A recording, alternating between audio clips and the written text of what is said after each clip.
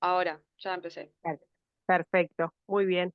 Bueno, como les decía, estamos con el último teórico del primer módulo, que es el de neuroanatomía.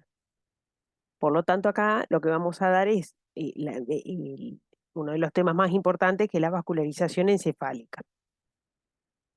Ya hablamos un poco de la vascularización de la médula espinal, vimos que es una estructura que, si se quiere, es pobremente vascularizada porque no tiene arterias propias que le lleguen destinadas a la médula. En realidad tiene algunas arterias propias, pero que solamente vascularizan un pequeño sector, que es el sector más superior, y el sector más inferior, de la mitad hacia abajo de la médula. Lo que ocurre es que la vascularización que recibe, es decir, las arterias que recibe la médula espinal, son de otras estructuras que emiten ramas que le llegan a ese sector de la médula espinal.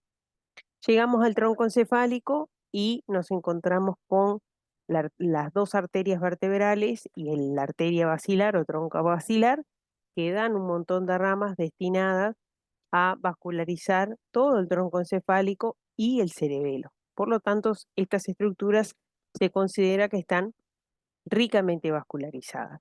Y llegamos al sector de la más alta jerarquía funcional, que está dado por el encéfalo, un sector complejo con arterias que son importantes, algunas de las cuales las vimos o las nombramos cuando hablábamos de la configuración externa del cerebro.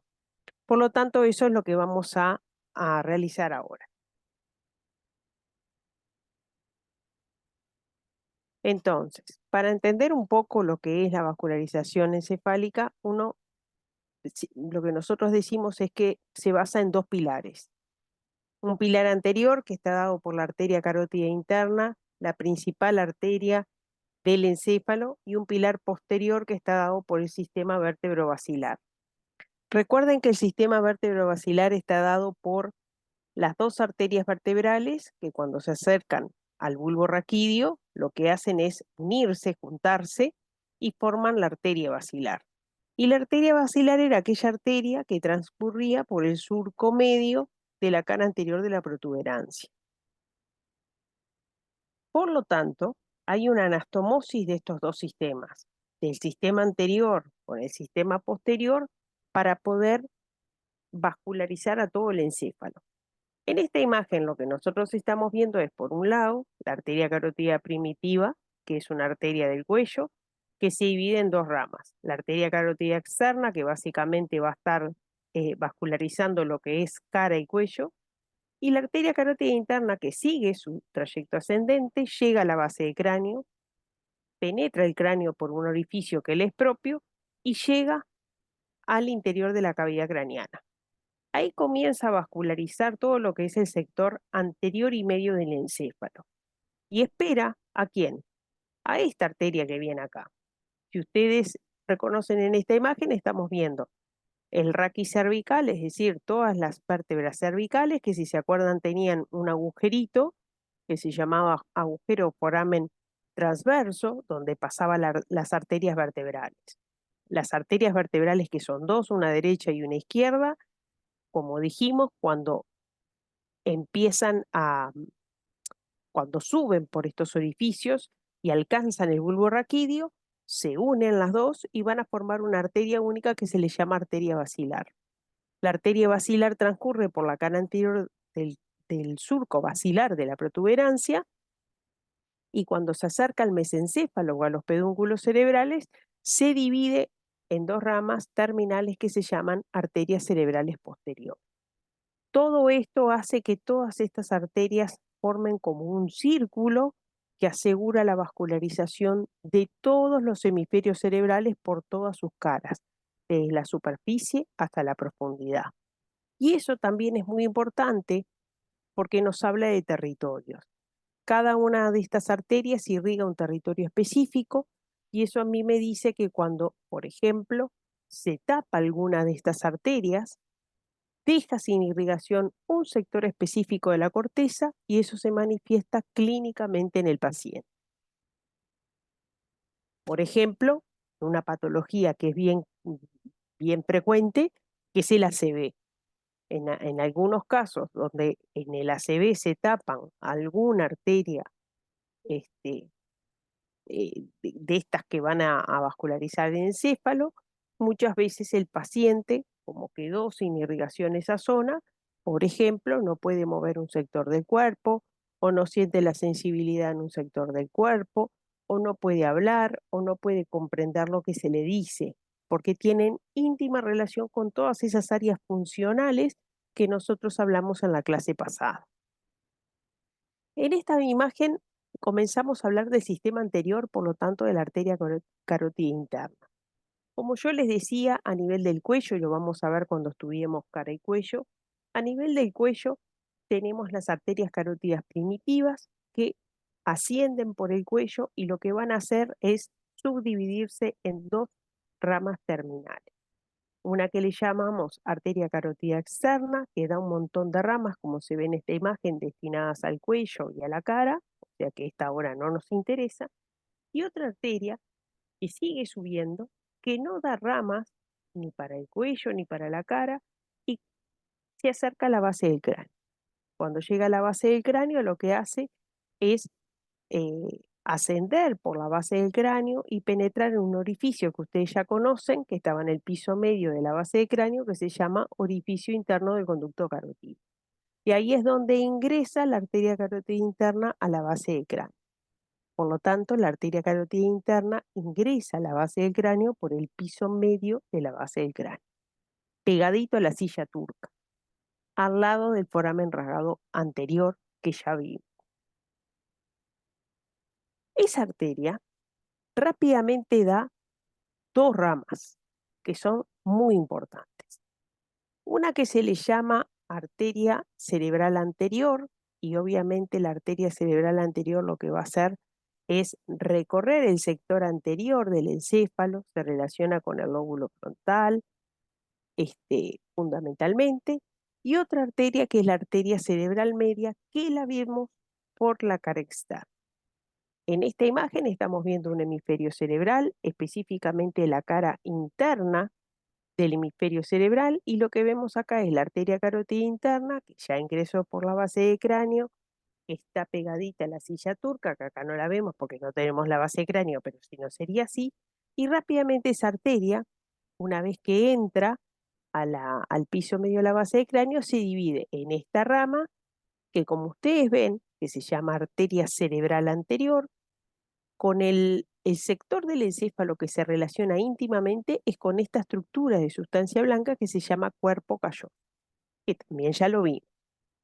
Y como ven, la arteria cerebral anterior lo que hace es rodear a todo el cuerpo calloso, lo sigue en todo su recorrido hasta acercarse a su extremidad posterior. Y cuando se acerca a su extremidad posterior, lo que hace es rápidamente cambia de dirección y se va hacia el borde superior del encéfalo.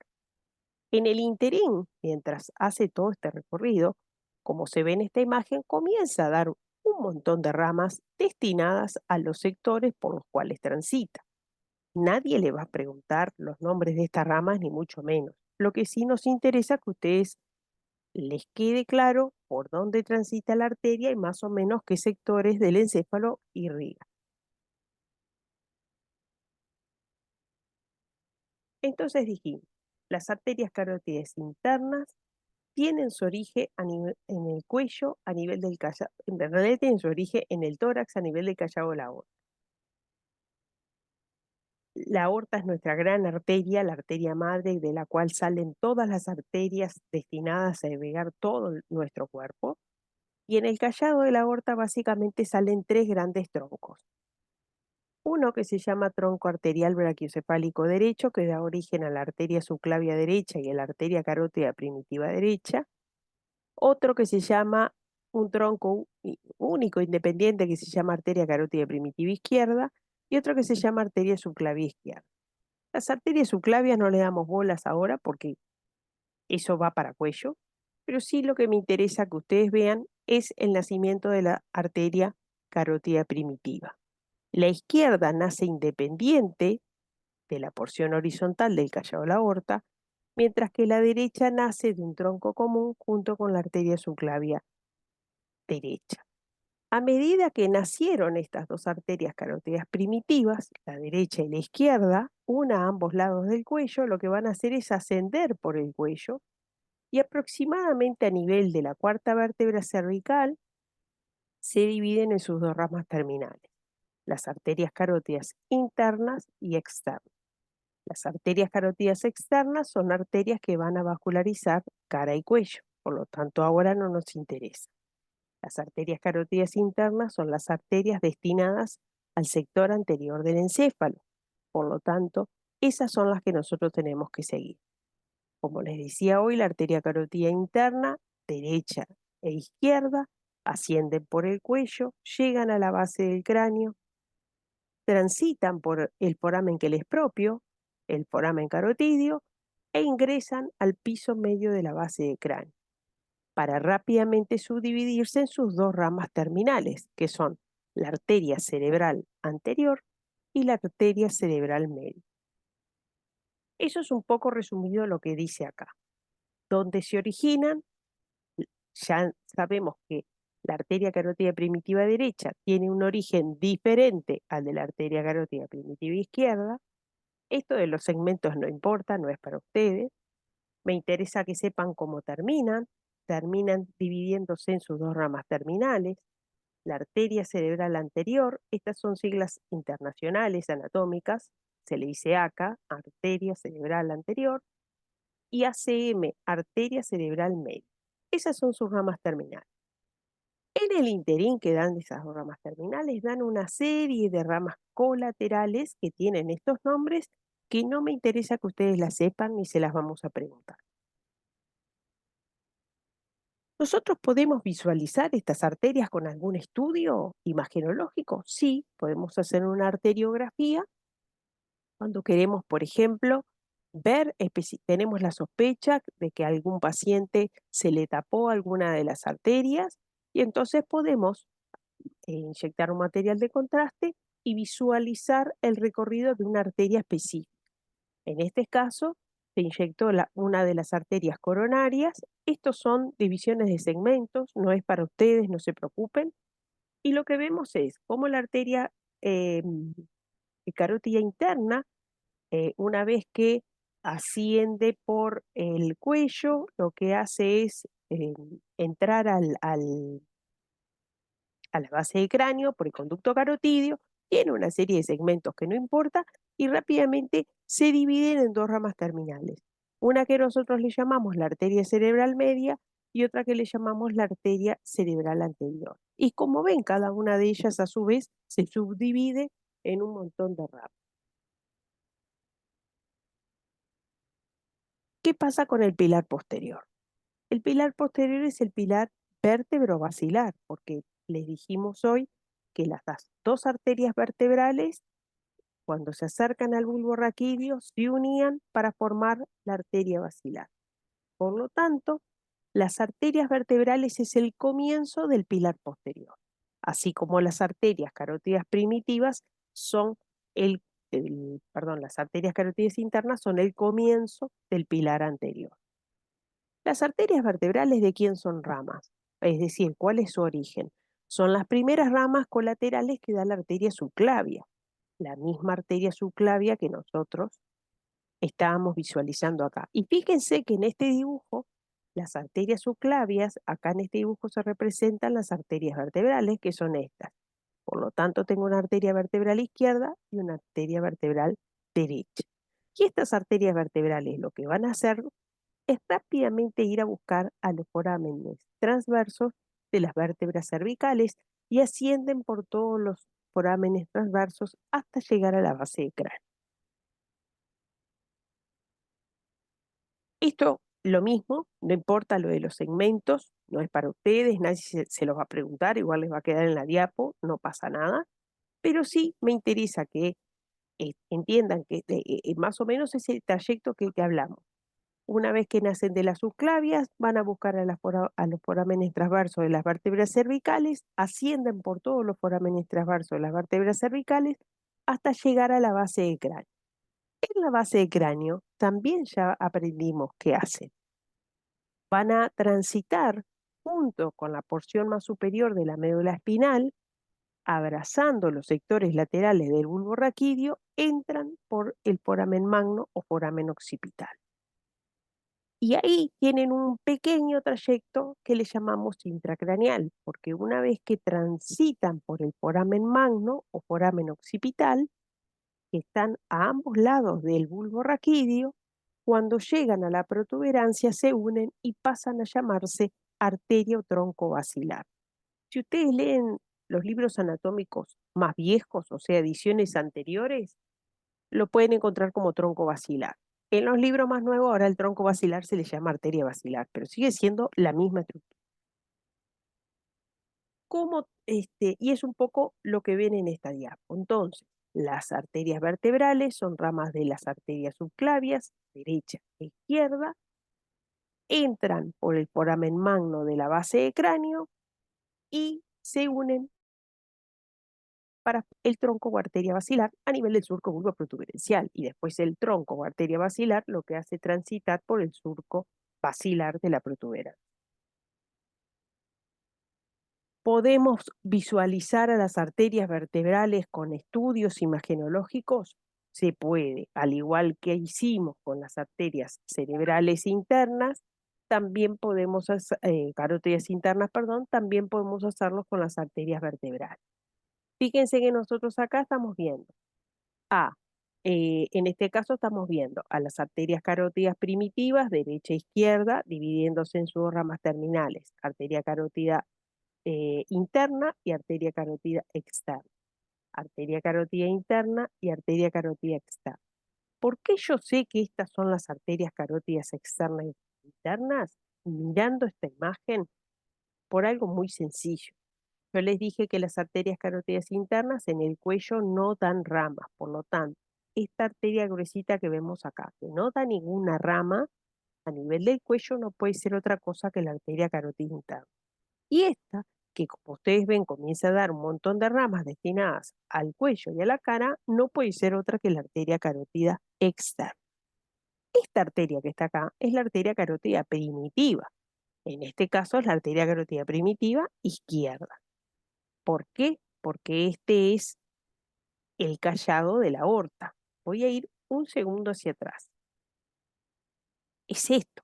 Nosotros estamos viendo esto, estamos viendo esto y estamos viendo esto. Voy un poquito hacia adelante. Callado de la aorta en su porción horizontal, dando tres grandes arterias. Tronco arterial brachiocefálico derecho, que da origen a la arteria subclavia derecha y a la arteria carótida primitiva derecha. Arteria carótida primitiva izquierda, que nace solita del callado de la aorta, y arteria subclavia izquierda. Voy un poquito para atrás. Porción horizontal del callado de la aorta. La aorta que nace del corazón del ventrículo izquierdo, que lo veremos más adelante, cuando nace forma como, ¿vieron los paraguas viejos? El manguito de los paraguas viejos. Bueno, a ese manguito se le llama callado. Vamos a ver muchos callados arteriales y venosos. Siempre digo lo mismo, es como el manguito de los paraguas viejos. El callado tiene dos porciones, una porción ascendente y una porción horizontal. El callado está formado por la unión de las dos porciones, la ascendente con la horizontal. La porción horizontal del callado de la aorta da nacimiento a estos tres grandes troncos arteriales. El tronco arterial brachiocefálico derecho, que da origen a la arteria subclavia derecha y a la arteria carótida primitiva derecha, da origen a una arteria independiente, que es la arteria carótida primitiva izquierda, y da origen a la arteria subclavia izquierda. Eso es lo que vemos en esta imagen. Estamos viendo el callado de la aorta con su porción horizontal y el nacimiento de los tres grandes troncos arteriales. Tronco arterial brachiocefálico derecho, originando la arteria subclavia derecha y a la arteria carótida primitiva derecha. Estamos viendo el nacimiento de la arteria carótida primitiva izquierda, que como vimos nace independiente, solita, Y después estamos viendo el otro nacimiento de una arteria sola, que es la arteria subclavia izquierda. Las arterias carótidas primitivas, izquierda y derecha, ascienden ¿hasta dónde? Hasta aproximadamente la cuarta vértebra cervical, donde se bifurcan o dividen en dos ramas terminales. La arteria carótida interna, que no da ramas y va a buscar la base de cráneo para penetrar en la base de cráneo, y la arteria carótida externa, que inmediatamente que nace, ya comienza a dar un montón de ramas. De este lado lo mismo, arteria carótida primitiva izquierda, que da nacimiento a nivel de la cuarta vértebra cervical aproximadamente, a la arteria carótida interna izquierda y a la arteria carótida externa. Y vemos cómo rápidamente comienza a dar su rama. Lo otro que estamos viendo son las arterias vertebrales, que nacen, como dijimos, de la subclavia. Esta arteria gruesita es la arteria vertebral derecha. Y de este lado, esta arteria mucho más finita es la arteria vertebral izquierda. ¿Podemos en nuestro cuerpo, los seres humanos, tener dos arterias totalmente diferentes de calibre? Sí.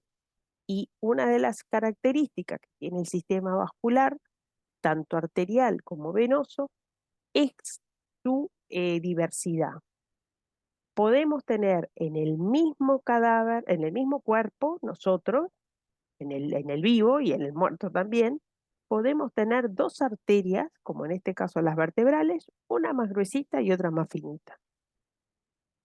Y es normal, ¿está? En esta imagen estoy viendo lo mismo. Fíjense, estamos viendo el tronco arterial brachiocefálico derecho, que da origen a la arteria subclavia derecha y a la arteria carótida primitiva derecha, y ven cómo dan esta arteria, que sin lugar a dudas no puede ser otra que la arteria carótida interna derecha, no da ninguna rama, por eso estoy segura que es esa, y vemos esta otra que es la arteria carótida externa. Esta arteria que nace de la arteria subclavia derecha, que viene así, viene así, viene así, no puede ser otra cosa que la arteria vertebral derecha. De este lado tenemos la arteria carótida primitiva izquierda, que es esta, con la arteria carótida interna izquierda, que es esta, y acá vemos la arteria subclavia izquierda, y esta arteria que viene así sinuosa es la arteria vertebral izquierda. ¿Para qué sirven este tipo de estudios? Cuando yo estoy buscando un coágulo o trombo que está ocluyendo alguna de las arterias. Cuando yo sospecho que este paciente que estoy estudiando tiene una oclusión de alguna de las arterias más importantes que llegan al encéfalo, bueno, este estudio imagenológico, que es la arteriografía, me permite justamente visualizar si hay algún cambio de calibre o si ya visualizo un trombo directamente a nivel de algún sector del sistema arterial. Esto es un poco lo que decíamos hoy, una de las arterias vertebrales, que lo que hace es ir a buscar a las vértebras cervicales y comienza a transitar por los forámenes transversos. La arteria vertebral de un lado se une con la arteria vertebral del otro y forma el tronco basilar. Lo mismo se ve acá. ¿Ven? Exactamente igual. Por lo tanto, estos estudios son muy importantes. ¿Está? Igual lo van a dar con más detalle en imagen, pero son importantes. Por lo tanto, el sistema posterior de vascularización encefálica también se le llama sistema vértebro-basilar, porque dijimos que la unión de las dos arterias vertebrales va a formar la arteria o tronco basilar. Y lo más importante es que este sistema permite la vascularización de toda la fosa posterior de la base de cráneo. Por lo tanto, como les dije hoy al comienzo, las dos arterias vertebrales con el tronco basilar son responsables de vascularizar todo el tronco encefálico con sus tres porciones, más el cerebelo. Y además, da alguna ramilla para el sector más superior de la médula espinal. O sea, fíjense en la importancia. Por lo tanto, si yo tengo un trombo, un coágulo que me tape alguna de las arterias vertebrales, lo que me va a estar afectando va a ser el cerebelo, algún sector del cerebelo, según el sector donde esté ocluido, o algún sector del tronco encefálico. En esta imagen lo que se ve son las dos arterias vertebrales, la arteria vertebral izquierda que se une con la arteria vertebral derecha para formar el tronco basilar. Este es el tronco basilar recorriendo la cara anterior de la protuberancia y en el medio comienza a dar arterias, que acá solamente están representadas tres, que son las tres arterias cerebelosas. La arteria cerebelosa postero-inferior, que se le denomina pica, arteria cerebelosa postero-inferior. La arteria cerebelosa antero-inferior, denominada por sus siglas AICA, y la arteria cerebelosa superior.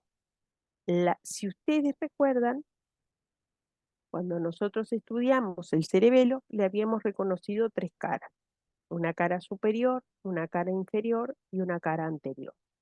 Estas tres arterias cerebelosas están encargadas de vascularizar las tres caras del cerebelo. En esta imagen no se ve, pero hay otras ramitas menos importantes, si se quiere, que vascularizan los diferentes sectores del tronco encefálico. O sea que el concepto es, a través del sistema vertebrovascular, se vasculariza todo el tronco encefálico y el cerebro. Y alguien comenzó a estudiar todas las ramas que daban este sistema y vio que habían ramas más largas y ramas más cortas. No importa esto, nadie se los va a preguntar. Las ramas más largas van a recorrer mayor trayecto y van a ir hacia el órgano que está más lejos, que es el cerebelo. Entonces las ramas más largas están representadas por las tres arterias cerebelosas. Las ramas más cortas son más cortas porque tienen prácticamente que irrigar al tronco encefálico, que lo tienen ahí pegado, entonces por ende son más cortos. No importa. Entonces, lo importante es el concepto, que lo entiendan. Esto es una imagen de un preparado nuestro cadavérico, en el cual lo que se hizo fue inyectar con látex. Nosotros, no es el caso, nadie se lo va a preguntar tampoco, pero para que entienda la imagen, nosotros en la anatomía aplicamos diferentes técnicas anatómicas de disección. Una de ellas es la inyección de los vasos arteriales y venosos con látex. El látex es una sustancia que se endurece, entonces nosotros lo que hacemos es inyectar látex en las arterias y en las venas, y ese látex lo pintamos de rojo cuando queremos inyectar una arteria, y lo pintamos le ponemos un colorante azul a ese látex y lo coloreamos de azul cuando queremos inyectar las venas. En este caso se inyectó las arterias y por eso ustedes ven que algunas arterias están de color rojito, como la ven en los libros. Eso es porque está inyectado con látex de color rojo para asemejar, para mostrar más el trayecto de estas arterias. Ustedes acá están viendo el tronco encefálico, la cara anterior del tronco encefálico, que lo voy a recorrer con el cursor. Acá se me pierde un poco, pero es esto. Los tres sectores del tronco encefálico: bulbo raquídeo, protuberancia y los pedúnculos cerebrales, que se me pierden cuando entran acá a esta estructura que está acá, que es el cerebro.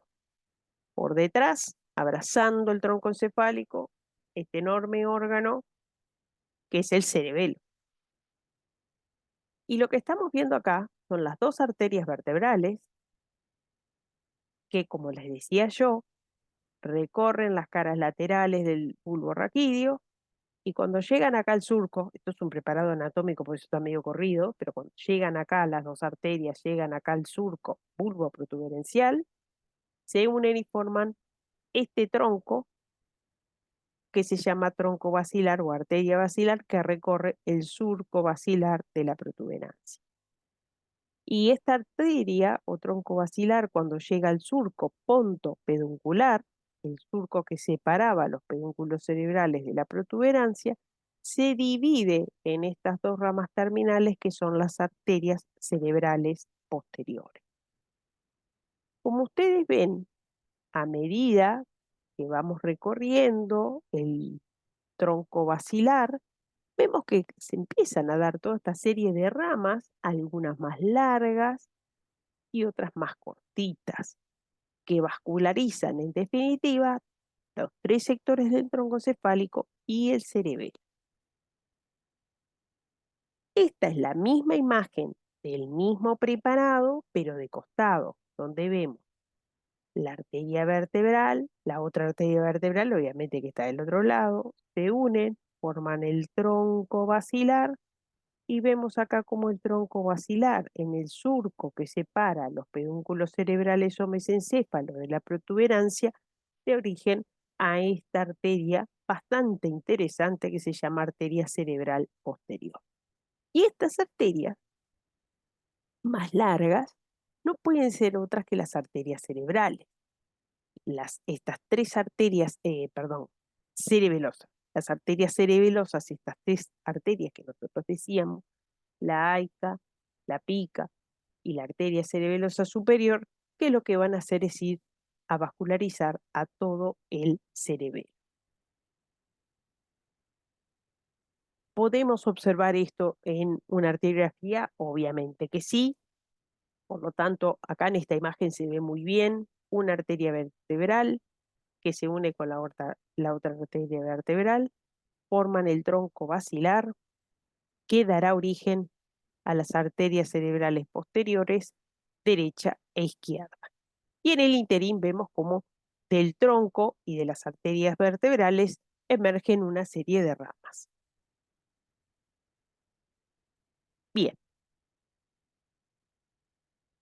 entonces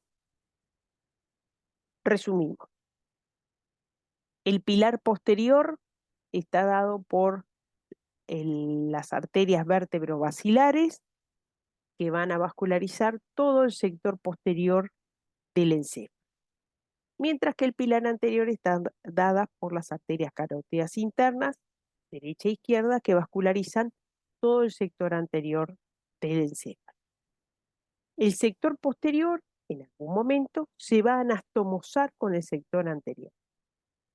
¿Qué quiere decir anastomosis? Es como una especie de unión, que lo que quiere hacer es, en definitiva, al unirse, vascularizar o tratar de llegar a todos los sectores del encéfalo. Y eso es lo que se conoce, y ustedes van a leer, como el círculo arterial del cerebro.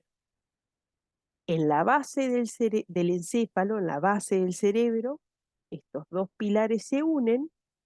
Recordemos el pilar posterior formado por el tronco basilar y el pilar anterior formado por las arterias carótidas internas que están representadas a este nivel. El tronco basilar daba dos ramas terminales que le llamábamos arterias cerebrales posteriores, derechas e izquierdas, mientras que la arteria cerebral media da unas ramas que se llama arteria comunicante posterior, que es anastomosa a la arteria carótida interna con la arteria cerebral posterior, y las arterias cerebrales anteriores que estaban irrigando el sector más anterior del cerebro se anastomosan con la arteria carótida interna a través de la arteria comunicante anterior. Y alguien, un anatomista obviamente, lo que hizo fue ver esta estructura, esta disposición en la base del cerebro que aseguraba a través de esta anastomosis la vascularización de todos los sectores del cerebro, y a esto este mismo anatomista vio que tenía como una forma de polígono y entonces le llamó polígono de Willis.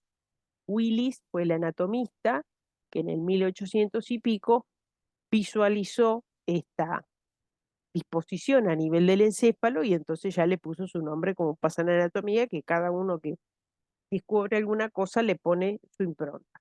¿Está? Entonces, el polígono de Willis, que no es otra cosa que la anastomosis de estos dos sistemas, comienza a dar una serie de ramas que son, comienza a tener una serie de ramas, ramas que le llegan y ramas que salen.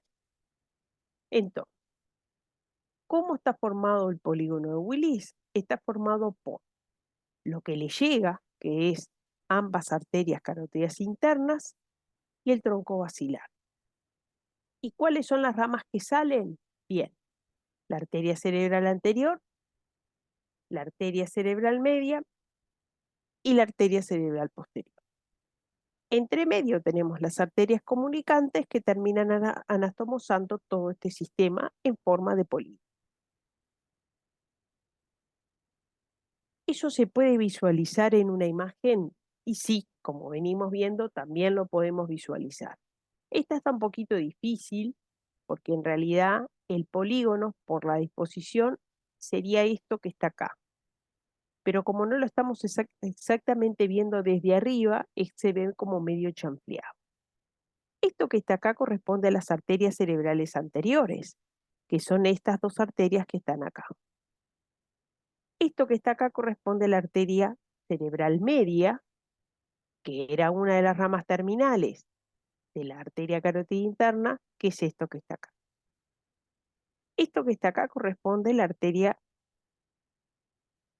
basilar o tronco basilar, que es esto que está acá. Y en el medio tenemos esta arteria que está acá y esta arteria que se me pierde acá, que es la comunicante posterior, que anastomosa el sistema de la cerebral posterior con la cerebral media. Y esto que está acá es lo mismo que esto que está acá, que corresponde a la comunicante anterior, que anastomosa el sistema de la cerebral anterior con la cerebral media. Y ahí tenemos formado el polígono de Willis, que alrededor de qué estructura se forma, alrededor de esta estructura que es el quiasma óptico, que está situado por encima de la silla turca, en el centro de la base de cráneo. Ahí me encuentro mi polígono de Willis. Entonces vamos a hablar así, cortito y al pie de cada una de estas estructuras.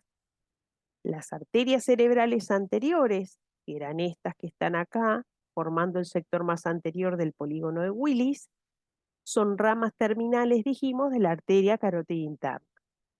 Recordamos que yo dije hoy, la arteria carótida interna ingresa a la base de cráneo, piso medio de la base de cráneo, y rápidamente da dos ramas terminales.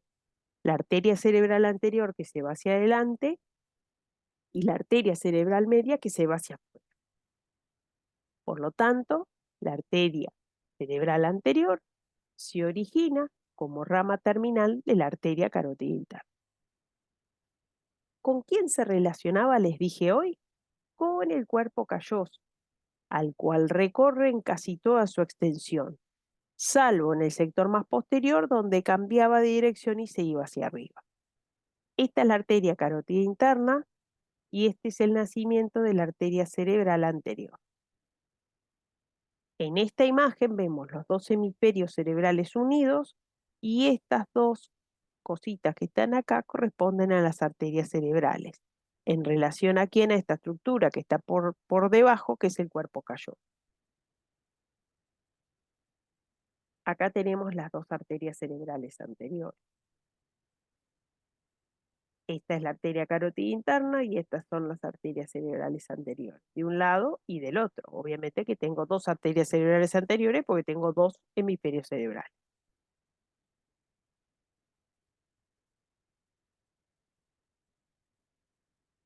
Y como les decía hoy, dan un montón de ramas que nadie les va a preguntar el nombre, destinadas fundamentalmente al lóbulo frontal de los hemisferios cerebrales.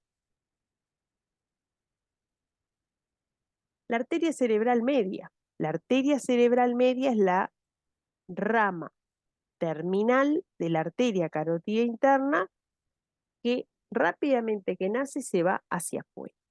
Es una arteria voluminosa, de calibre importante.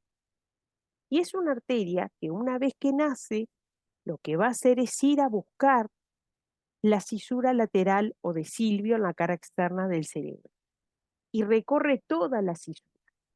en el interior de la cisura. Por lo tanto, si yo no abro los labios de la cisura, que es lo que me muestra esta imagen, yo no logro ver a la arteria cerebral media o de Silvio, porque transita por la cisura de Silvio, también se la puede llamar de Silvio, ¿tá?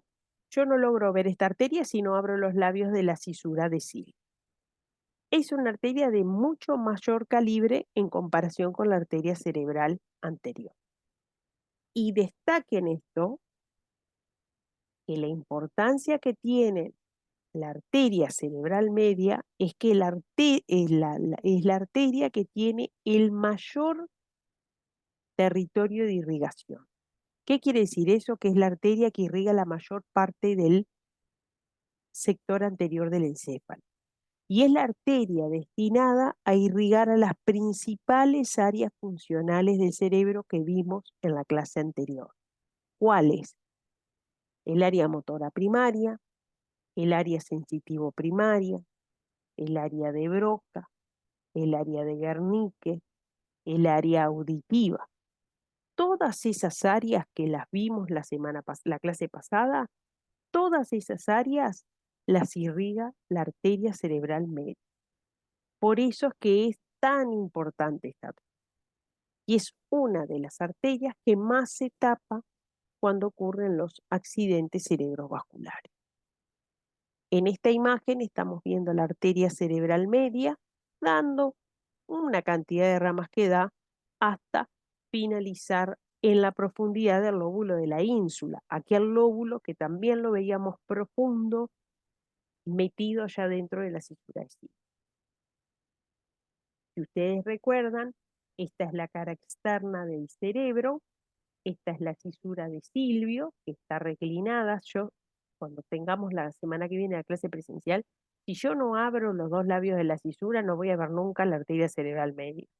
Eso le pongo la fiel. Acá está el lóbulo de la ínsula y vemos cómo la arteria cerebral media, una vez que nace la arteria carótida interna, recorre toda la cisura de Silvio. Y en el interín que recorre toda la cisura de Silvio, comienza a dar toda una serie de ramas que vascularizan todo lo que los lóbulos parietales y temporales y el lóbulo de la ínsula. Y vasculariza todo el sector cortical y el sector profundo de estos lóbulos. Esto es un dibujo y esta es una imagen de un preparado cadavérico nuestro en el cual nuevamente inyectamos con látex coloreado a esta arteria para poder visualizar todas las ramas que da la arteria cerebral media en su trayecto. La arteria cerebral posterior, dijimos que la arteria cerebral posterior es la rama de la rama terminal del tronco basilar.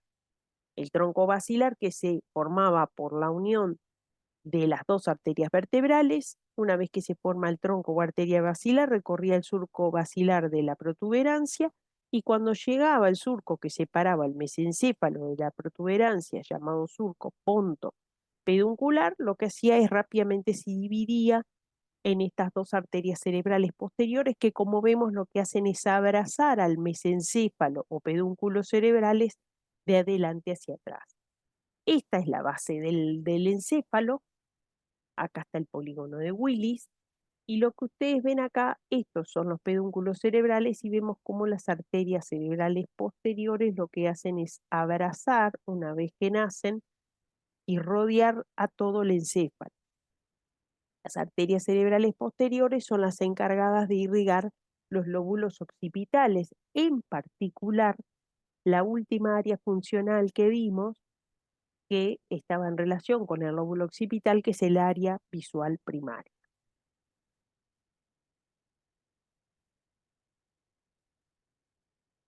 Entonces, una vez que uno comprende estas cosas, que no son fáciles, pero uno las comprende y las procesa, tenemos que volver a hablar de territorios vasculares. En este caso, como estamos hablando de las arterias, los territorios vasculares arteriales. Los podemos subdividir en córticos subcorticales superficiales, todo un territorio superficial en las tres caras de los hemisferios cerebrales, la cara lateral, la cara medial y la cara anterior, y en territorios profundos. Cuando hablo de territorios profundos, hablo de los territorios que comprenden a los núcleos grises de la base, esos núcleos grises de la base que estudiamos la clase pasada, la reticular, el caudado, el tálamo, todos esos núcleos también se ven irrigados por estas arterias. Por lo tanto, todas estas arterias cerebrales, la anterior, la media y la posterior, lo que van a irrigar van a ser un sector de corteza y un sector en la profundidad. Esto es un dibujo que saqué de la Terchet que tiene 200 años, pero me sigue pareciendo que es el dibujo más lindo que, para poder entender un poco los territorios. Este dibujo representa la cara externa del hemisferio cerebral. Esto es anterior, esto es posterior, por lo tanto esto es lóbulo frontal, esto es lóbulo occipital, y acá tenemos el lóbulo temporal y acá tenemos el lóbulo parietal. Y en la cara lateral o externa de los hemisferios cerebrales se visualiza con color los territorios de las tres arterias cerebrales. Como ven, la arteria cerebral anterior, que está pintadita con celeste, irriga un pequeño sector de la cara externa de los hemisferios, un pequeño sector del lóbulo frontal y del lóbulo parietal o parieto occipital. La arteria cerebral media, que está pintada de rosado, como les decía hoy, es la que tiene mayor territorio de irrigación en la cara externa. Irriga casi todo el resto del lóbulo frontal, el resto del lóbulo parietal y un sector del lóbulo temporal. Y yo les decía hoy, esta arteria es importante, ¿por qué? Porque irriga a las principales áreas funcionales. ¿Y nosotros qué dijimos que teníamos? Dijimos que teníamos el área motora primaria, el área sensitivo primaria, el área auditiva y el área de Broca de comprensión del lenguaje y el área de Wernicke del lenguaje articulado. Las principales áreas funcionales del cerebro de la cara externa están todas irrigadas por la arteria cerebral media, una de las arterias que se tapa con mayor frecuencia. Y la arteria cerebral posterior, por su disposición posterior, lo que va a irrigar va a ser gran parte del lóbulo occipital en la cara externa y la última circunvolución temporal también está irrigada por la arteria cerebral posterior. Por lo tanto, si yo me fijo esta imagen en mi cerebro, yo rápidamente comprendo cuál es el territorio de irrigación de estas tres arterias en la cara externa. Y en la cara interna, ¿qué pasa? Y cambia la cosa un poquito. Porque fíjense, la arteria cerebral anterior, que en la cara externa apenas irrigaba un pequeño sector superior del lóbulo frontal y parieto occipital, en la cara interna irriga todo el lóbulo frontal y parietal. La arteria cerebral media, que en la cara lateral tenía un territorio de irrigación extenso, ahora pasa a tener un pequeño sector anterior temporal. Y el lóbulo y la arteria cerebral posterior, que en la cara externa solamente irrigaba un pequeño sector del lóbulo occipital y la última circunvolución temporal, ahora irriga a todo el resto del lóbulo occipital y a la cuarta y quinta circunvolución temporal. O sea que según las caras que estoy viendo del cerebro, también me va cambiando los territorios de irrigación. ¿Y qué pasa con la cara inferior? Vuelve a cambiar. El sector más viejo del cerebro, que es el sector olfatorio, y un sector del sector orbitario, están irrigados ahora por la arteria cerebral anterior. El resto del sector orbitario, que pertenece al lóbulo frontal, y un sector de la circunvolución temporal, van a estar irrigados por la arteria cerebral. Y las últimas dos circunvoluciones temporales con el resto del lóbulo occipital en la cara inferior van a estar irrigadas por la arteria cerebral posterior. Acá tengo el mesencéfalo, este es el quiasma óptico, por lo tanto acá estoy por encima de la silla turca, y acá estaría dispuesto el polígono de Willis o círculo arterial del encéfalo, en este sector. Pero estos territorios que estamos viendo, fundamentalmente son superficiales. ¿Qué pasa con los profundos? Esto simplemente para recordarles las áreas motoras, las áreas sensitivo primarias y el área motora, y la representación del homúnculo de Penfield, este mapeo neuronal que me dice que hay una concentración de neuronas por áreas, según estemos hablando de lo sensitivo y lo motor. ¿Y qué pasa con los territorios profundos? Y bueno, los territorios profundos son más complejos porque son compartidos. El núcleo lenticular, con dos de sus tres sectores, putamen y globus pallidus externo, y el cuerpo del núcleo caudado es territorio de la arteria cerebral media.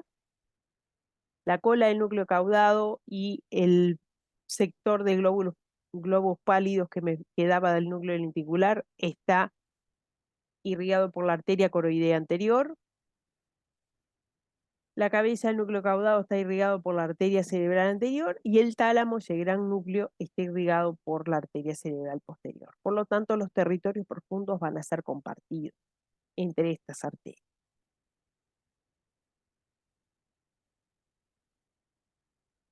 ¿Qué pasa con la sustancia blanca? Me interesa la cápsula interna fundamentalmente.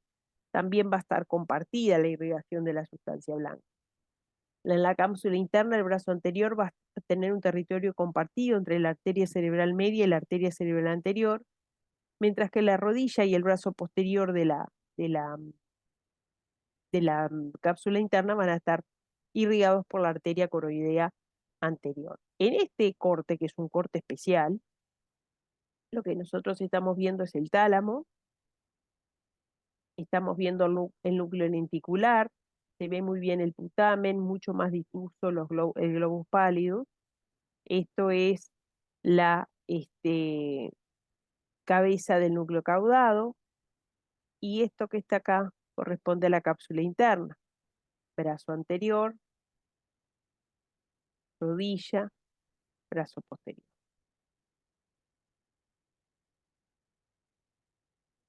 Eso es en cuanto a lo arterial. ¿Qué aprendimos? Que cuando llegamos al encéfalo hay un polígono arterial, un círculo arterial formado por dos pilares. Un pilar anterior, dependiente de las arterias carótidas internas, y un pilar posterior, dependiente del sistema vértebro-basilar. El sistema vértebro-basilar dará origen a las arterias cerebrales posteriores. El sistema anterior, dado por las arterias carótidas internas, da dos arterias cerebrales, la anterior y la media.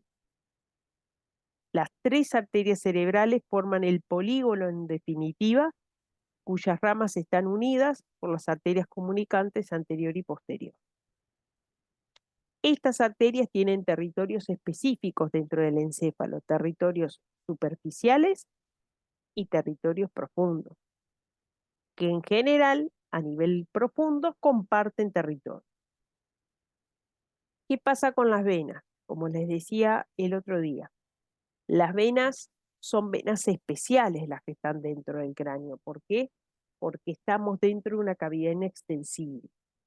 Por lo tanto, no puede ser la misma consistencia de las venas de cualquier otra vena del organismo, como pueden ser las venas de los miembros.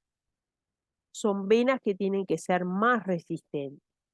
Y por eso las venas del cerebro van a estar formadas por la dura madre, que se desdobla para formar a los senos venosos de la dura madre.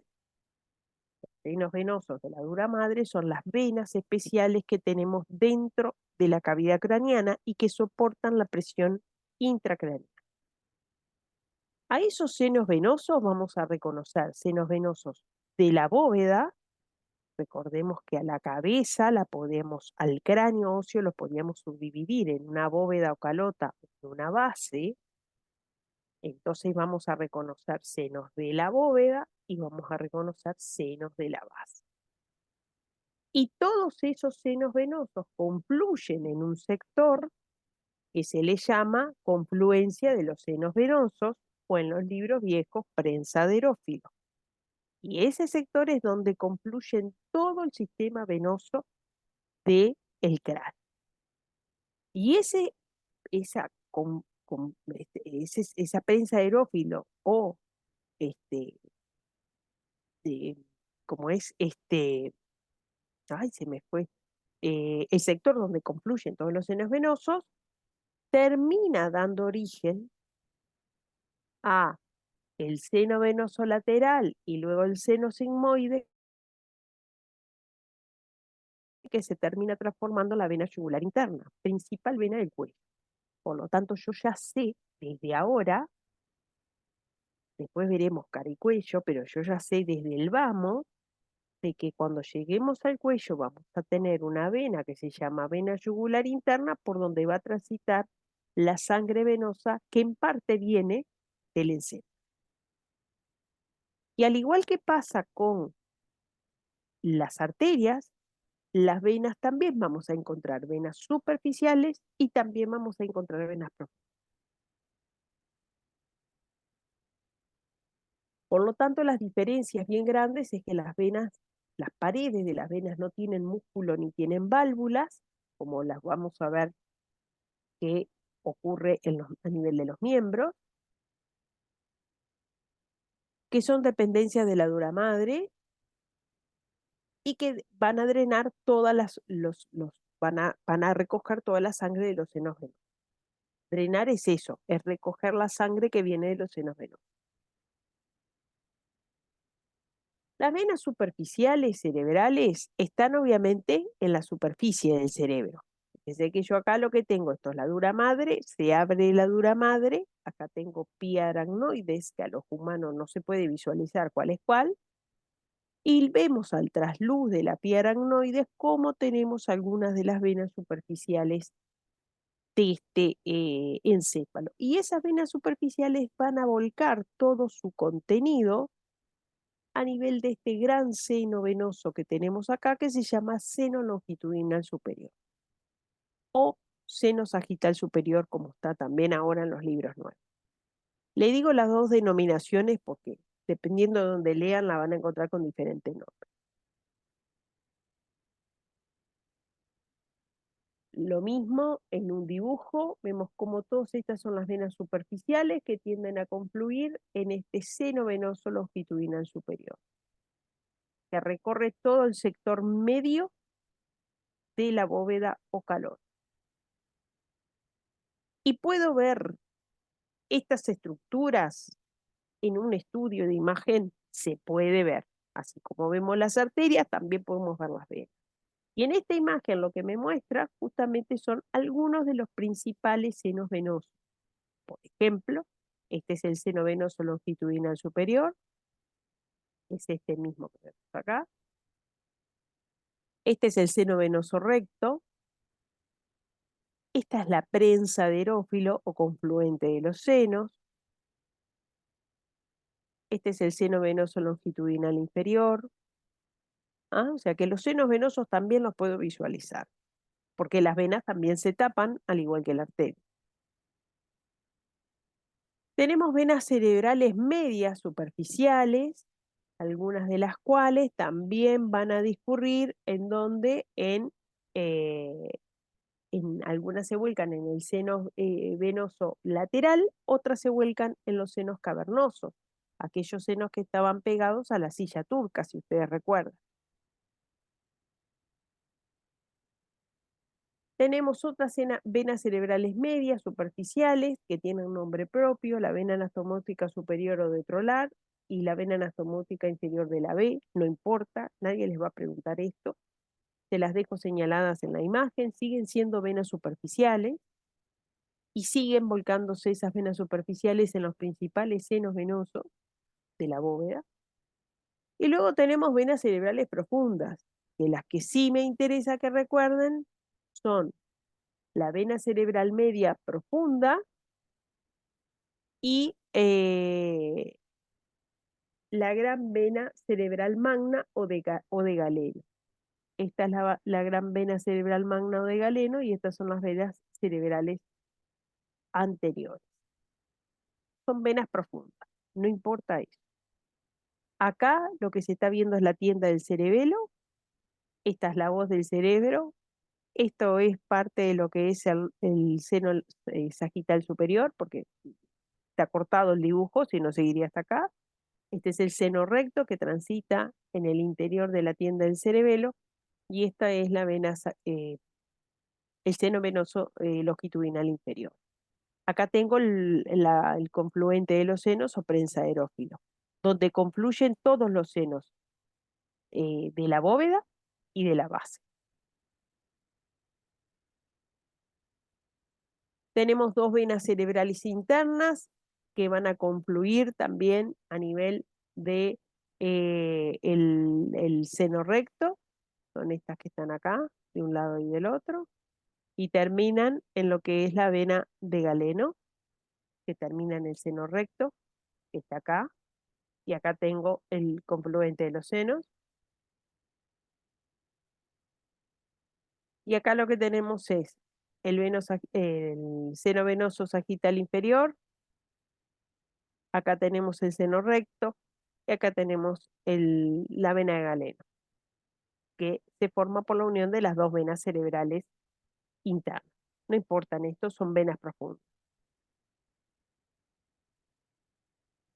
También podemos decir que a los senos venosos los podemos dividir en dos grupos, un grupo póstero superior que incluye el seno venoso longitudinal superior, el seno venoso inferior, el seno recto, la confluencia de los senos, seno transversos y sigmoideos, este es el transverso y este es el sigmoideo,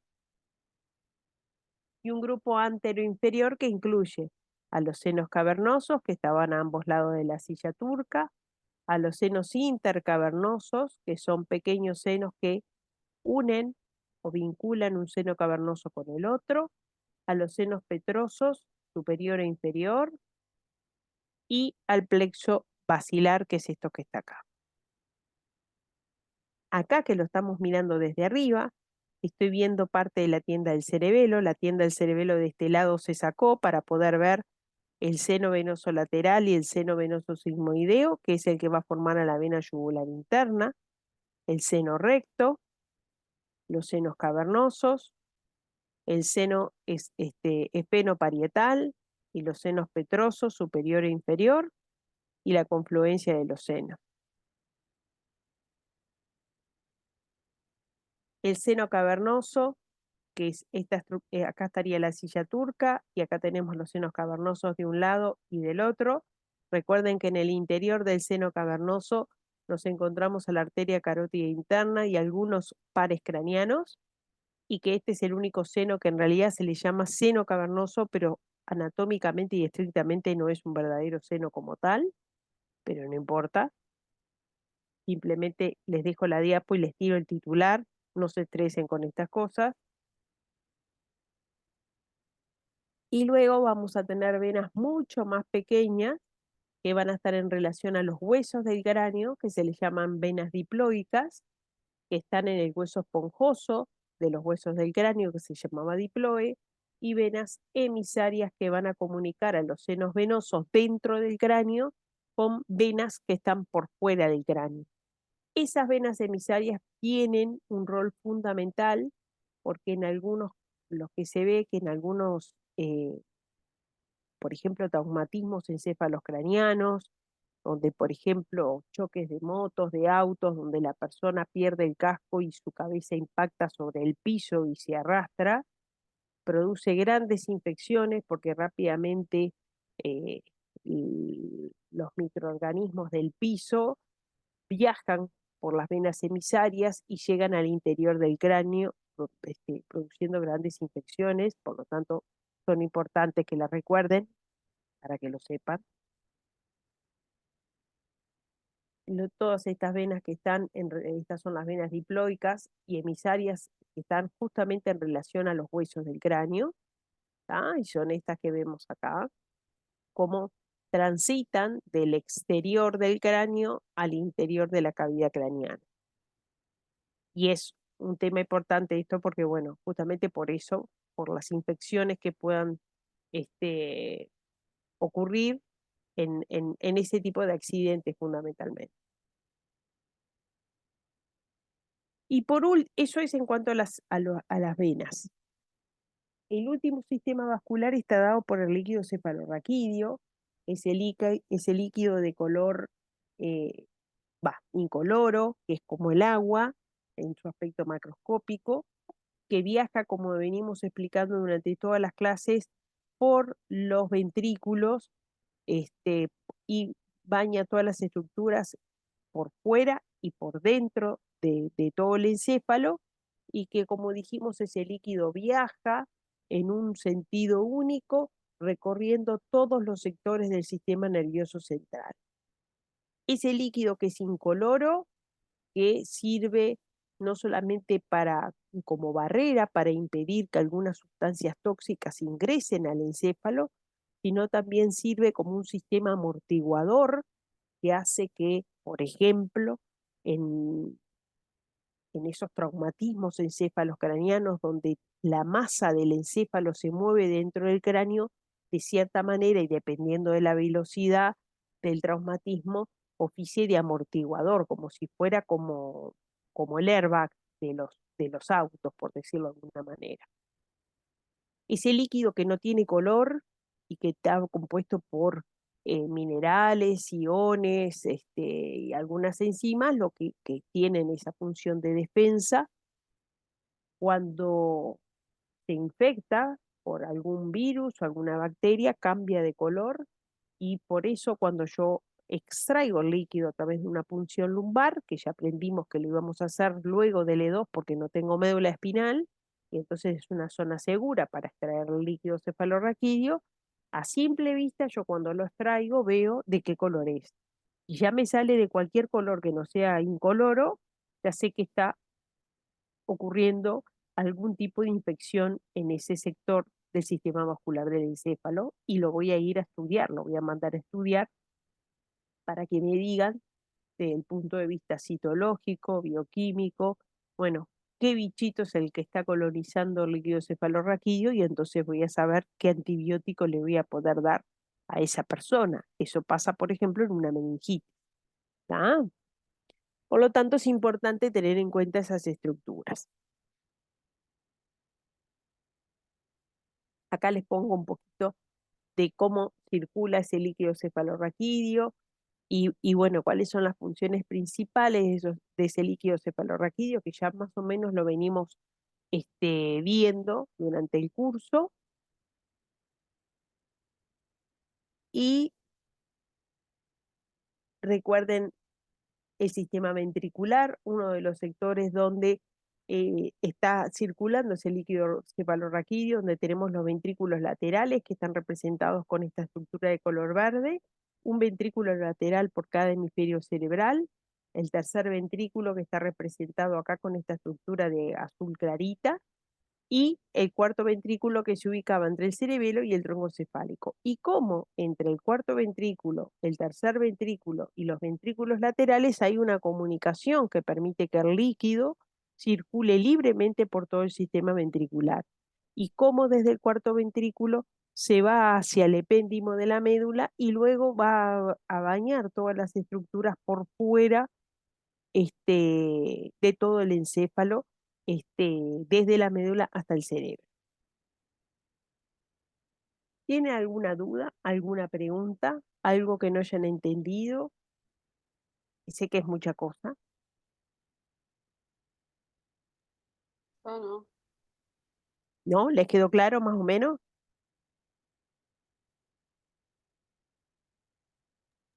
Sí, sí. Sí, es como, es mucha cosa, pero quedó claro, pero hay que revisarlo de vuelta. Eh, Está. Igual lo vamos a eh, ver, no se olviden en la clase presencial, que hay muchas cosas que acá vemos dibujos o vemos fotos y después las vamos a ver en vivo y en directo.